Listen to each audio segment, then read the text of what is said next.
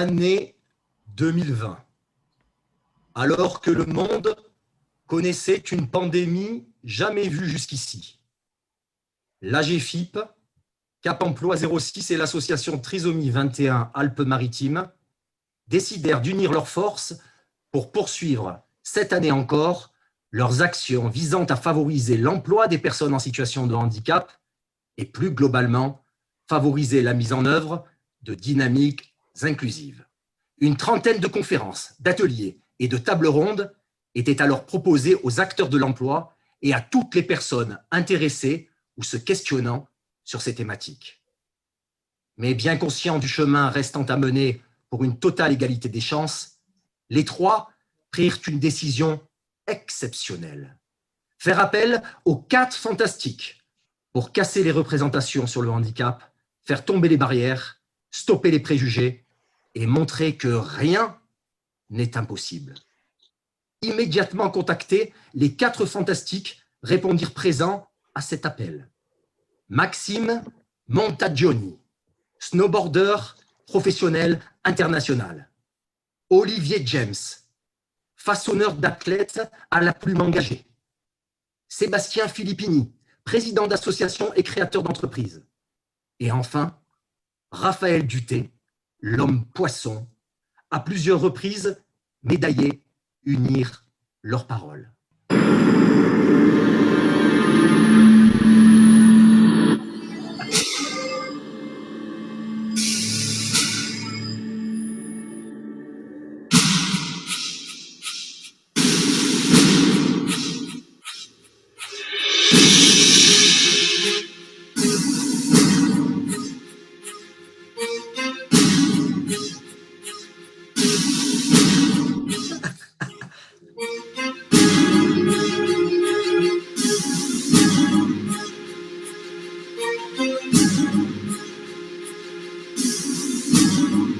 Cette introduction se voulait humoristique car nos 4 fantastiques n'en manquent pas d'humour. Bonjour à tous, bonjour à ce webinaire. Je me présente, Vivien Fontaine. Je suis responsable d'un dispositif d'appui ressources environnement sur l'association Trisomie 21 Alpes-Maritimes. La mission que l'on m'a confiée aujourd'hui, c'est animer les échanges entre nos 4 fantastiques et relayer les questions que vous pourrez poser sans tabou. Vous avez le chat. Olivier Le Saint, qui est directeur adjoint de Cap Emploi 06, viendra également compléter ces échanges. En fin de table ronde, nous mettrons en avant l'initiative de l'association Trisomie 21 Alpes-Maritimes, qui depuis 3 ans remet ses coups de cœur à partir d'une charte développée pour valoriser les entreprises et environnement inclusif. Bonjour les 4 fantastiques, je vous laisse vous présenter et je laisse la parole pour commencer à Sébastien Filippini. Bonjour, merci Vivien tout d'abord. Bonjour à toutes et bonjour à tous. Je suis Sébastien Filippini, j'ai 43 ans, j'ai 2 enfants et je suis marié à une charmante Sandrine. Bon, bien entendu, cela c'est mon côté familial, mais aujourd'hui j'ai une particularité, car à travers cet écran, à travers ce webinaire, ma particularité, c'est d'être déficient visuel. Et oui, je suis malvoyant depuis 26 ans. J'ai perdu la vue à 16 ans. Un accident? Non. Une maladie? J'ai perdu tout cela en 3 semaines, malheureusement. Mais bon, on n'est pas là pour pleurer aujourd'hui, on est là pour voir le côté positif. C'est que derrière cet handicap, bien entendu, il y a une force que je me suis créée avec plein d'idées, une vie bien remplie à travers la création de mon association Handisport que j'ai mis en place en 2007, déjà 13 ans. Une association où j'ai commencé avec une seule activité qui était le torbal. Et maintenant, cette association, elle draine près de 200 adhérents avec 8 sections sportives, avec des sportifs de haut niveau, dont mon ami Maxime, qui est également présent après, qui va bien entendu se présenter, et diverses bénévoles qui sont à mes côtés, diverses partenaires, et bien entendu, maintenant, un salarié pour gérer toute la logistique de cette association, plus que de 17 adhérents en 2007, passer à 200. Ça fait du travail, mais bon, c'est tellement un plaisir immense et la joie de voir toutes les personnes s'affronter lors de compétitions, s'affronter lors des entraînements, c'est quelque chose de magnifique. Voilà, ça fait que mon handicap, j'en ai fait une force à travers la fondation de ma famille avec mes 2 enfants, Thibaut 17 ans et Amandine 8 ans, avec la création de mon association et maintenant la création de mon entreprise où depuis 1 an, je lançais un nouveau défi, c'est de faire du consulting, de la sensibilisation au handicap visuel en entreprise et qualité de vie au travail, puisqu'également j'ai une branche QVT au niveau et au sein de mon entreprise. Voilà, ça fait qu'un beau parcours. C'est vrai que une fierté de pouvoir surtout apporter aux autres, plus que j'ai reçu pendant des années, et maintenant j'essaie d'apporter aux autres, que ce soit auprès de mes adhérents au niveau de l'entreprise, ou que ce soit en entreprise pour la cohésion à travers tout ce que je peux mettre en place, des sensibilisations, team building, QVT, etc. Voilà. En quelques lignes, ma présentation sur moi-même, et encore je pourrais en dire plus, mais malheureusement je n'aurai pas assez de temps. Je pourrais rester des heures à proposer et à me présenter, bien entendu, et à répondre Merci. surtout aux 1000 questions. Merci Vivien. Merci Sébastien. On va avoir plein de questions à te poser. Je suis certain que toutes les personnes qui assistent à ce webinaire en auront également. Je laisse pas la parole maintenant à Maxime Eh, Montagioni. eh bien, bonsoir à tous. Alors, je m'appelle Maxime Montagioni, j'ai 31 ans. Je suis actuellement double champion du monde en titre de parasnowboard, en bank slalom et en snowboard cross. Donc, c'est essentiellement des disciplines de course. Le snowboard cross, on a l'habitude de le voir à la télé, sur l'équipe 21 ou sur Eurosport. C'est 4 personnes qui partent en même temps et qui font une course un petit peu comme le motocross. Le premier qui arrive en bas se qualifie pour le tour d'après jusqu'à la finale et puis ça enchaîne. Alors que le banc slalom, là on est sur une discipline plutôt chronométrée. On se rapproche plutôt des slaloms traditionnels avec des virages relevés. Donc c'est quelque chose de plus technique, mais qui pour moi est un petit peu moins cool parce que il y a pas l'adrénaline du départ à 4 avec les potentielles chutes de tout le monde et finalement un dénouement qui n'est jamais évident. Alors, ne vous fiez pas à à la tête de cerf derrière moi. Je suis dans un hôtel puisque je suis actuellement en stage de préparation avec l'équipe de France. On est vers Chamonix. Il n'y a pas de neige pour ceux qui se demandent. On fait du tapis actuellement et beaucoup de skate. Donc moi, en fait, tout simplement, j'ai rejoint le club à Nice après les Jeux de Sochi, un petit peu par pur hasard, puisque j'avais fait la rencontre de Patrice Barretero, qui lui a participé à Sochi et qui est un petit peu l'instigateur du parasnowboard en France et même dans le monde, puisqu'il a participé à créer les premiers championnats du monde qui ont permis derrière d'inscrire la discipline aux Jeux. Donc, j'ai commencé par le taekwondo, donc je n'étais pas prédestiné à faire du snowboard. En parallèle du taekwondo, j'ai fait mes études, hein, j'ai fait une école de commerce, je commence à l'ESPEM puis à l'IDRAC, j'ai eu un master à l'IAE de Nice, un master en communication, et en parallèle, j'ai intégré la première équipe de France de para-taekwondo, qui m'a emmené jusqu'à des championnats du monde également. Et malheureusement, ça s'est un petit peu arrêté du jour au lendemain. Je ne sais pas trop pourquoi encore aujourd'hui, mais voilà, ça s'était pas super bien fini. Et de fil en aiguille, de par ma passion pour le snowboard, je rencontre les bonnes personnes au bon moment, qui me rapprochent donc du club d'Anis et que je remercie encore aujourd'hui, parce que je ne serais pas en train de vous parler s'il ne m'avait pas mis le pied à l'étrier en m'invitant et en me défrayant en fait tous les frais annexes à mes premières compétitions. Parce que le club, c'est important. Aujourd'hui, c'est un petit peu la base du recrutement de nouveaux sportifs. Et si eux ne font pas l'effort, malheureusement, c'est compliqué de percer seul. Puisque moi, à l'époque, j'avais pas des gros revenus. Je démarrais un nouveau job, donc j'avais pas trop de congés. Donc, grâce à la force du club et à la force des adhérents et des passionnés qui était derrière moi, j'ai pu faire mes premières compétitions. Donc là, on était en 2014 et puis après, ça allait très vite. En 2016, je gagne mon premier titre mondial au Canada. Et 2018, les Jeux, malheureusement, pour moi, ça s'est pas très bien passé puisque je me suis fait les ligaments croisés. Donc voilà, j'ai su rebondir puisque la saison 2018-2019, donc la saison qui a suivi les Jeux, j'ai réussi à tout remporter, sauf une course où j'ai fini deuxième. Mais voilà, donc mon destin pour le snowboard était un petit peu Enfin, pas évident à la base. Et puis au final, j'ai su m'imposer avec beaucoup de travail. Et puis aujourd'hui, voilà, je suis là pour vous parler de mon expérience du haut niveau, de mon côté aussi travailleur, puisque avant d'être sportif à plein temps et d'être suivi par l'armée et des sponsors comme EDF, je travaillais à côté. Donc c'est important aussi d'avoir cette double casquette sportive, mais aussi d'avoir connu l'entreprise, puisque si vous avez des questions justement sur tout ce qui est intégration, potentiellement, je pourrais y répondre. Et puis voilà, je suis content de partager un bon moment avec vous et je relaisse la parole à Vivien. N'hésitez pas si vous avez des questions. Merci Maxime. Olivier, James, on a eu la chance de t'avoir l'année dernière sur nos conférences sur la Semaine européenne pour l'emploi des personnes handicapées. Je te laisse te présenter. Oui, ok. Alors, bonjour à tous.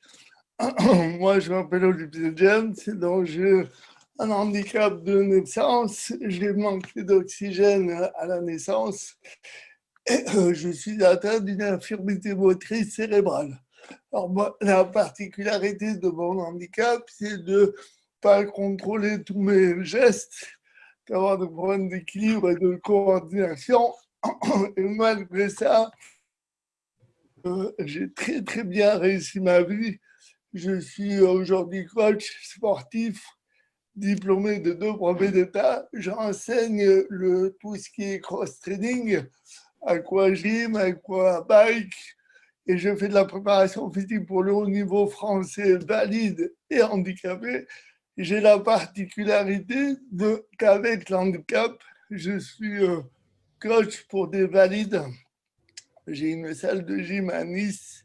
Le parcours pour arriver à ça était très, très, on va dire, atypique. J'ai d'abord fait des études de droit jusqu'en maîtrise. Je suis allé en maîtrise de droit des affaires. Et en maîtrise de droit des affaires, j'ai rencontré un coach sportif qui m'a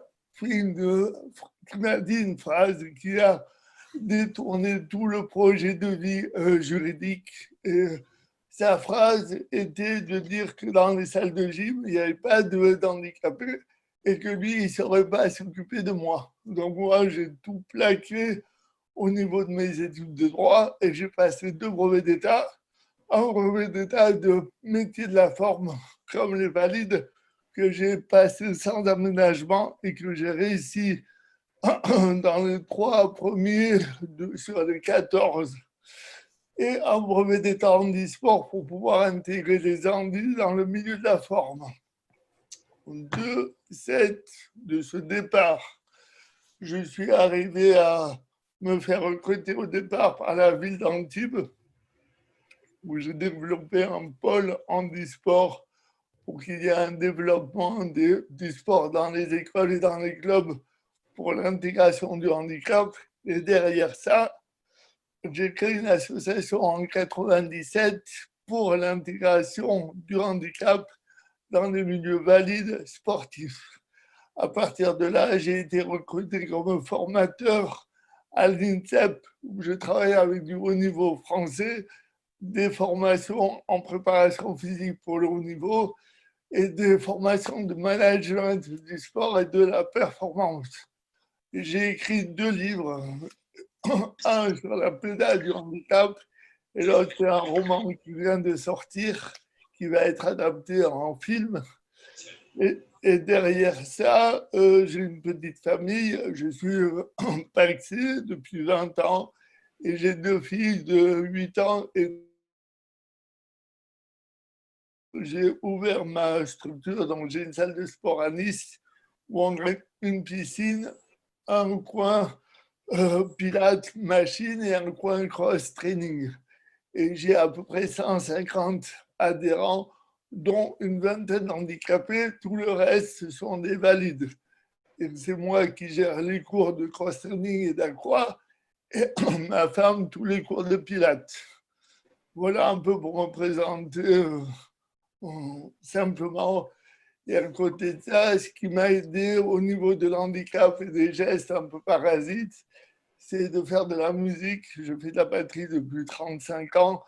J'ai eu des groupes de musique. J'ai sorti 2 albums de rock avec un groupe. je continue un peu la musique pour le plaisir. Et sinon, je suis très, très pris au niveau du sport.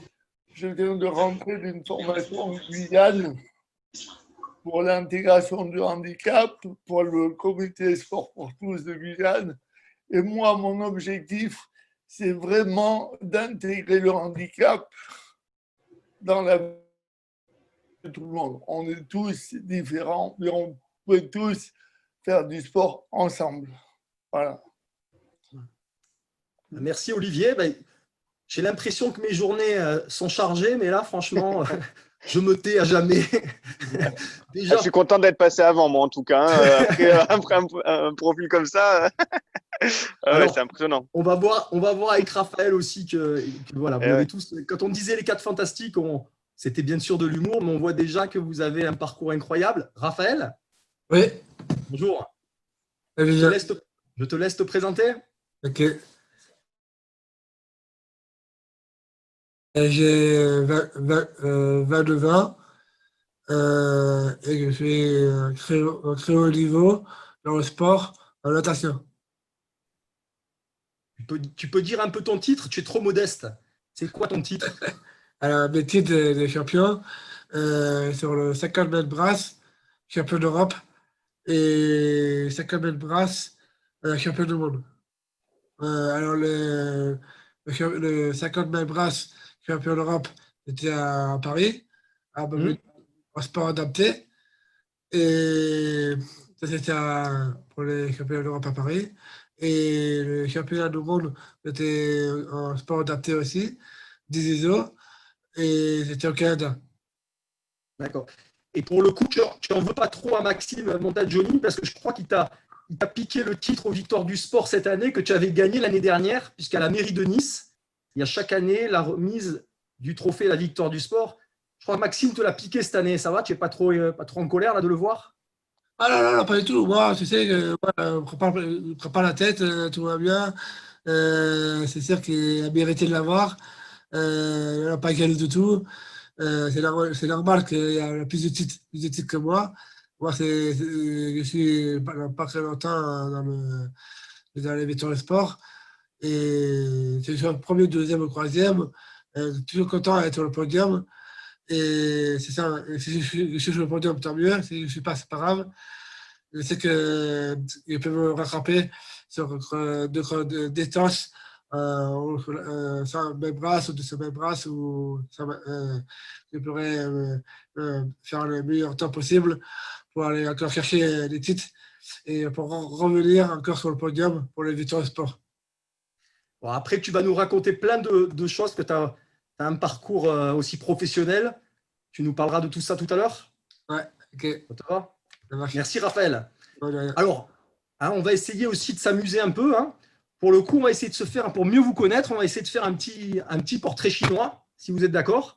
Et je vous propose chacun à votre tour d'y répondre, tout simplement. Alors, on commence dans le même ordre. Sébastien, si j'étais un animal, je serais quoi? Un lion. Un lion. Pourquoi lion? Parce que je suis né au mois d'août. Oui, d'accord. Oui, horoscope, quoi. Horoscope, d'accord. Maxime? Je ne vais pas être très original, je suis né au mois d'août aussi, un lion, mais plus pour la ténacité surtout et pour l'envie de rien lâcher, tu vois. Ou alors le pitbull sinon. Le pitbull pour changer, voilà. Le pitbull parce qu'une fois que j'ai une idée en tête, je lâche pas et je mets tout en œuvre pour essayer d'y arriver. Ça, j'ai l'impression que c'est quelque chose qu'on retrouve chez tous les 4, ce côté dépassement. Je pense que c'est le sport. Je pense qu'on a la racine commune. Voilà, c'est le sport, la compétition, et je pense que à partir du moment où tu es compétiteur, ça te suit aussi au-delà des terrains, parce que c'est vraiment un trait de caractère, je pense, plus le handicap qui fait que tu te construis un petit peu une carapace, tu essayes d'être solide, de prouver des choses. Donc, je pense que c'est un petit peu ça qui nous unit tous, parce qu'on a tous un peu les mêmes profils sportifs, soit entrepreneurs, soit voilà, enfin, toujours cette rage de prouver des choses, de faire changer les regards. Et ça, je crois que tu vas le retrouver chez tout le monde. Ouais, je crois qu'Olivier, le côté prouvé, enfin, tu as dit, il y a un gars qui m'a dit, un professeur de sport qui m'a dit les personnes handicapées, je ne les prends pas. Tout de suite, ça t'a motivé. Ce côté casser les barrières, c'est quelque chose que tu as en toi? Ouais, alors moi, si j'étais un animal, je serais un extraterrestre. Pas certain. Oui, en fait, c'est le défi d'exister et le problème, ça concerne tout le monde. Aujourd'hui, dans notre société, la problématique que l'on a, c'est de pouvoir trouver sa place et qu'elle soit utile. Toi, Raphaël, Oui, alors je devine un peu quel type d'animal, mais tu serais quoi comme animal? moi, je serais un poisson. C'est ça. Un poisson parce que moi, je sens tellement bien dans mon domaine de la natation. La natation, et c'est quelque chose dans l'eau. Et les poissons, ils vivent dans l'eau. Ouais. Et j'ai eu la chance d'aller nager avec toi en mer, et honnêtement, ça te va très bien le terme poisson. Ça te va vraiment bien. Ah, Alors, si j'étais un objet, je serais un râteau. un râteau, Râteau, hein. J'aime bien ratasser les feuilles. Ouais. ratisser les feuilles. D'accord. Est-ce que c'est en rapport avec ton ancien projet professionnel aussi? Ah, Tu c'était travailles? mon ancien travail. Dans mon ancien travail, il faisait le balayage dans le vieux lys. C'est pas comme D'accord. c'est le vieux lys.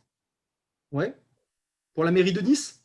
Ah ouais, à la ville de Nice, dans le vieux D'accord. lys, je faisais le balayage. J'avais envie que la ville soit plus propre. Ah oui. D'accord. Ok, merci.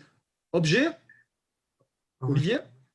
Moi, je serais une paire de baguettes de batterie.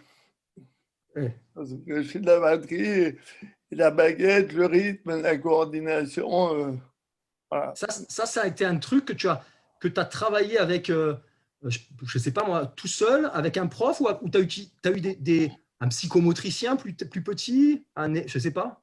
J'ai jamais vu de ma vie un psychomotricien. J'ai vu des kinés. Non, en fait, j'étais au concert de Police à Fréjus en 82 et j'ai vu le batteur Stewart Copeland devant moi qui jouait et ma mère, j'ai regardé ma mère sortie du concert en piétinant la fiche du concert collée au sol. J'ai dit j'aimerais faire de la batterie. Euh, Pourquoi pas, ça pouvait aider pour la coordination de 4 membres. Et donc, on est allé dans une école privée à Nice de batterie, enfin de musique, mais surtout de la batterie, chez Jean-Paul Allegranti. Et elle est allée le voir en disant, voilà, mon fils, il est handicapé, il a des problèmes de coordination assez importants, il a du mal à contrôler ses gestes, et je pense que la batterie pourrait lui faire du bien. Alors, pour elle, je n'y arriverai pas. Et en fait, j'ai démarré à 13 ans. J'ai fait 6 ans d'école privée, 5 ans de conservatoire en percussion à Nice. Alors, je n'ai pas cherché le diplôme, j'ai cherché à être autonome en musique. Et aujourd'hui, je sais jouer tous les styles de musique et j'ai pris des cours dès le départ pendant au moins 12 ans. Et après, je me suis débrouillé tout seul en faisant des concerts, en travaillant chez moi sur des répertoires pour être à l'aise avec les musiciens avec qui je devais jouer. Donc, j'ai fait des dates un peu partout. Le concert le plus gros, on a eu 5000 personnes. D'accord. Et un batteur qui est tout tordu, qu'on dirait l'animal dans le mot pecho, ça attire du monde. Et ça fait rire. D'ailleurs, pour l'occasion, le dernier concert qu'on a fait, j'ai fait faire sur mesure le masque de la marionnette du mot pecho et j'ai joué tout le rappel avec le masque sur la tête. Et c'était très, très, très drôle. Donc, beaucoup d'autodérision aussi, hein, Olivier. Oui. Objet, Maxime? Moi, plutôt un objet de notre temps, un petit téléphone portable, parce que voilà, c'est pour rester connecté, faire plein d'activités, je sais pas, même suivre. Quand tu fais une course à pied, tu peux tout suivre. Enfin, voilà, offrir une solution à tout le monde. Et je trouve que c'est quand même quelque chose d'hyper inclusif, le téléphone, parce que j'ai des potes, ils ont pas de main, ils arrivent à s'en servir. Enfin, tu vois, c'est vraiment. Tu as aussi les commandes vocales pour les malvoyants. Enfin, je veux dire, c'est incroyable. Je trouve que c'est un objet fantastique. Tu es sur les réseaux sociaux beaucoup? J'essaye de m'y mettre de plus en plus. Ouais, j'ai la chance de m'être entouré d'un ami qui me fait pas mal de contenu et malheureusement ou heureusement, je sais pas, mais en tout cas pour développer sa notoriété et trouver des nouveaux partenaires et tout, c'est important de véhiculer une bonne image. Donc, c'est toujours très compliqué de parler de soi, de communiquer sur soi. Et au début, j'y arrivais pas et j'étais forcé de constater qu'il fallait que je me fasse, entre guillemets, aider pour ça. Et voilà, du coup, c'est vrai que ça va un petit peu mieux depuis quelques temps. Donc, ça progresse doucement, mais sûrement. Ouais, c'est compliqué. Hein. Est-ce que c'est plus compliqué, justement, de trouver des sponsors, d'avoir des entreprises qui vont, par exemple, te soutenir, qui vont vous soutenir aussi, ou est-ce que c'est plus facile? Parce que pour le coup, vous portez une image qui est chouette. Alors oui, mais là, si tu veux, c'est presque du mécénat parce que moi aujourd'hui mes courses elles sont pas retransmises à la télé. Donc la contrepartie que j'ai, à part intervenir en entreprise, elle se limite à ça et mon image aujourd'hui elle est pas assez puissante, elle est pas assez importante, si tu veux, pour que ça pèse dans la balance. Donc, tu vois, quand une entreprise comme EDF ou Toyota me sponsorise, ils savent clairement que je vais pas leur amener 1 million de followers sur leur plateforme parce que moi-même, je les ai pas.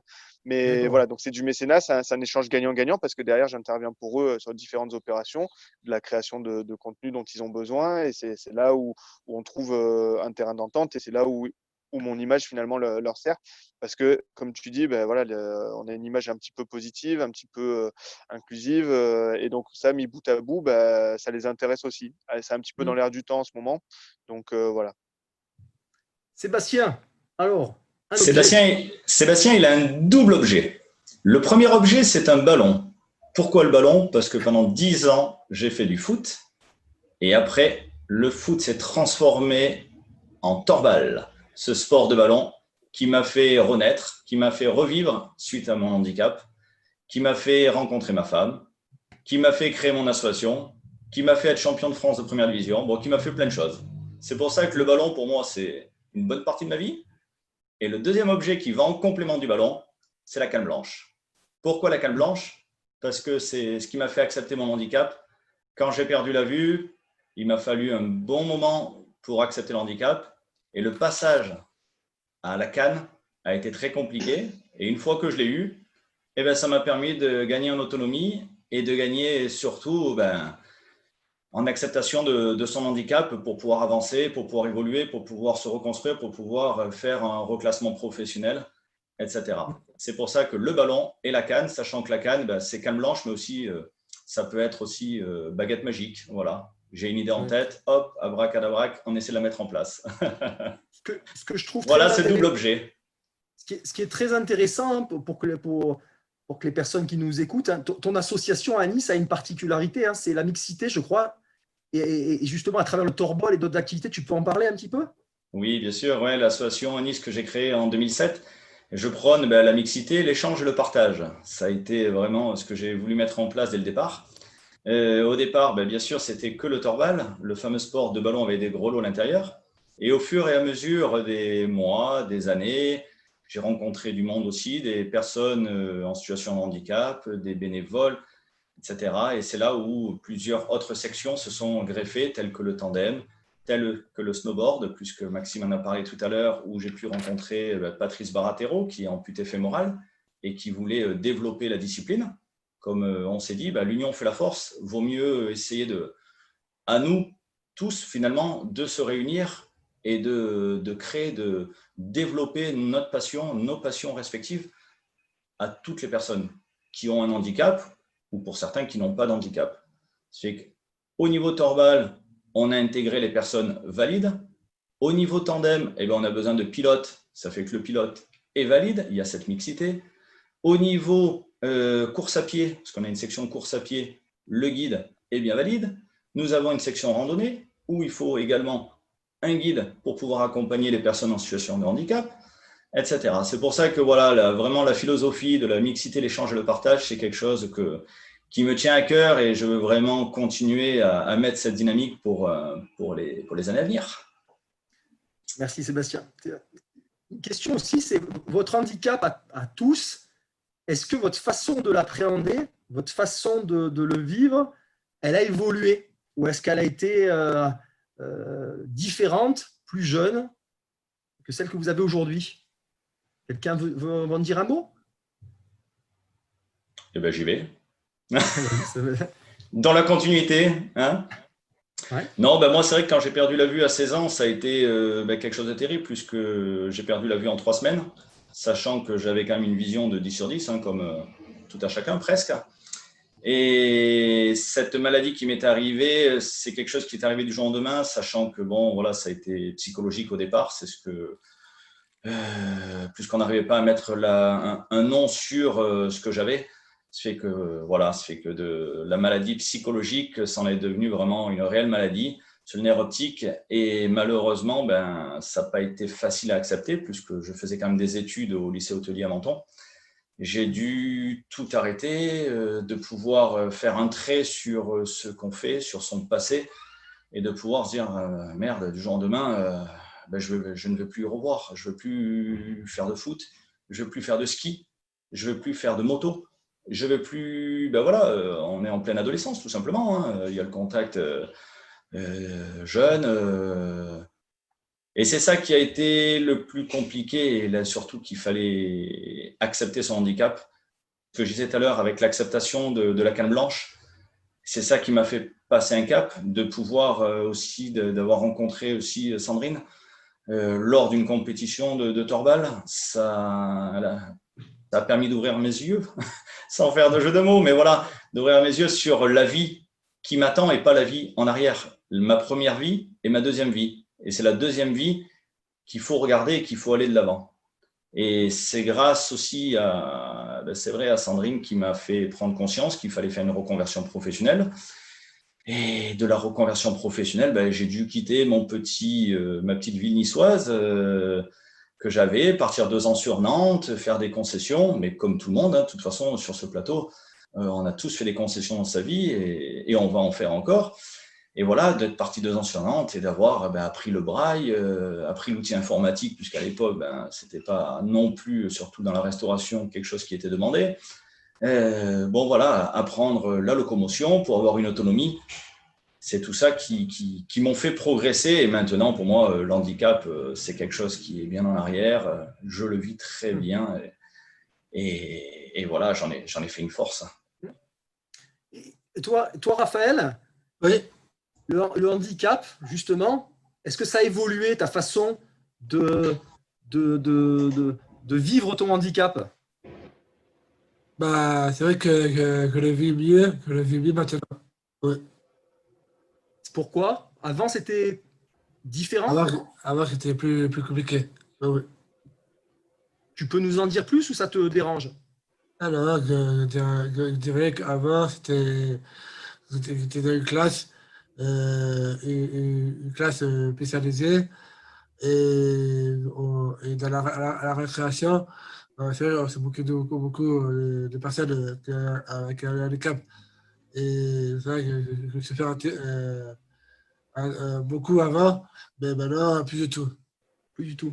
D'accord. Ça, les moqueries par rapport à la question du handicap, ça, Maxime, Olivier, ça rejoint la question, hein. Est-ce que ça vous a.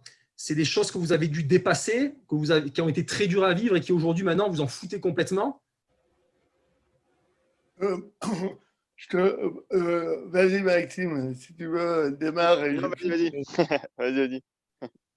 Donc, alors moi, pour ma part, j'ai jamais eu de doute ni de passage un peu difficile. Tout a été toujours difficile. Donc, du coup, j'ai toujours accepté les choses comme elles venaient.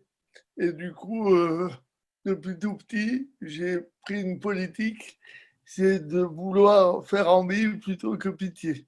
Donc, du coup, à partir de là, je me suis donné les moyens de réussir tout ce que j'avais envie de faire, même si des fois, il aurait fallu adapter. Mais voilà, donc du coup, je n'ai pas eu cette